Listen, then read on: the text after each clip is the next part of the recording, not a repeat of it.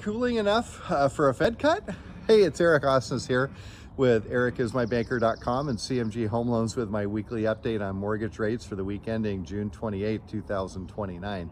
The Personal Consumption Expenditures Index, PCE, a report for May gave us some good news for interest rates. PCE is the Fed's favorite measure of inflation, and it came in mild for the month, down 0.01% for the month, dropping the year-over-year average to 2.56% from 2.68% in April.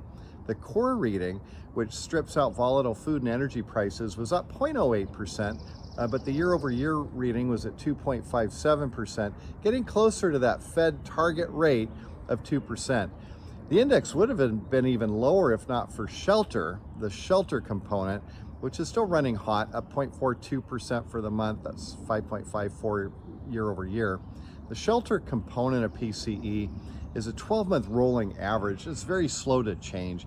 It also didn't help that the Bureau of Labor Statistics, my favorite agency, changed their methodology a couple of months ago, mysteriously increasing owner's equivalent rent component. Overall, this is good news for mortgage rates and is leading us in the right direction for the Fed to start cutting rates in the months ahead.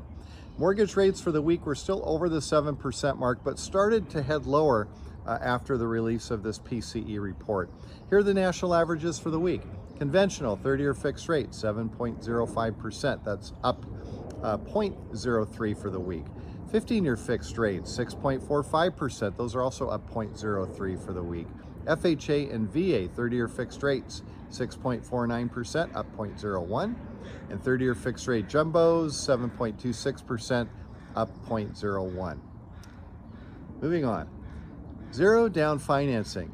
Do you want to buy your first home, but the lack of a down payment is holding you back? You need our zero down loan program. In Washington State, we have several zero down loan options, and some of them don't even require that you be a first-time home buyer. But first off, let's describe how most zero down programs work. Almost all zero down programs are a combination of two loans.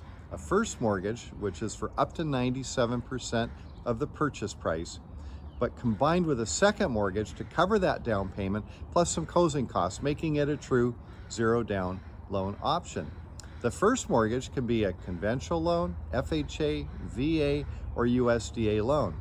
And the second mortgage typically has no monthly payments required and may have an interest rate as low as 0%. Any closing costs that are not covered by this structure can be paid by the seller, up to 3% to 6% of the sale price, depending on the loan program. Most second mortgage programs will need to be paid off in the future, either when you refinance, sell, or at the end of 30 years. But we also have programs where the second mortgage is fully forgiven if you occupy the home as your primary residence for at least 5 years. Most of these programs have income limits. The maximum income allowed in Washington State is $180,000 a year, so there's a lot of room for most home buyers. We also have an FHA program with no income limits, and that program's available in all 50 states. What's the catch? Nothing really, except you'd be required to attend an in-person or online homebuyer education course, and you're going into a home with zero down, so you have no equity in the property. If you had to sell in the near future, it's going to cost you to sell. Typically, the cost to sell is anywhere from 6 to 8% of the sale price. So bear that in mind. It'll take a little while for the value of that home to go up, not too long based on current trends, but you need to bear that in mind with any zero down program. I've been working with first-time home buyers for over 30 years. Reach out. I can provide resources as well as discuss your situation to find a program that best suits your needs. You can call me, 206-915-3742. Email me, eric@ericismybanker.com, or look for me on social media. Just look for Eric is my banker and you'll find me. Hope that information is helpful. Let's get you on the road to building your personal wealth. Talk to you soon.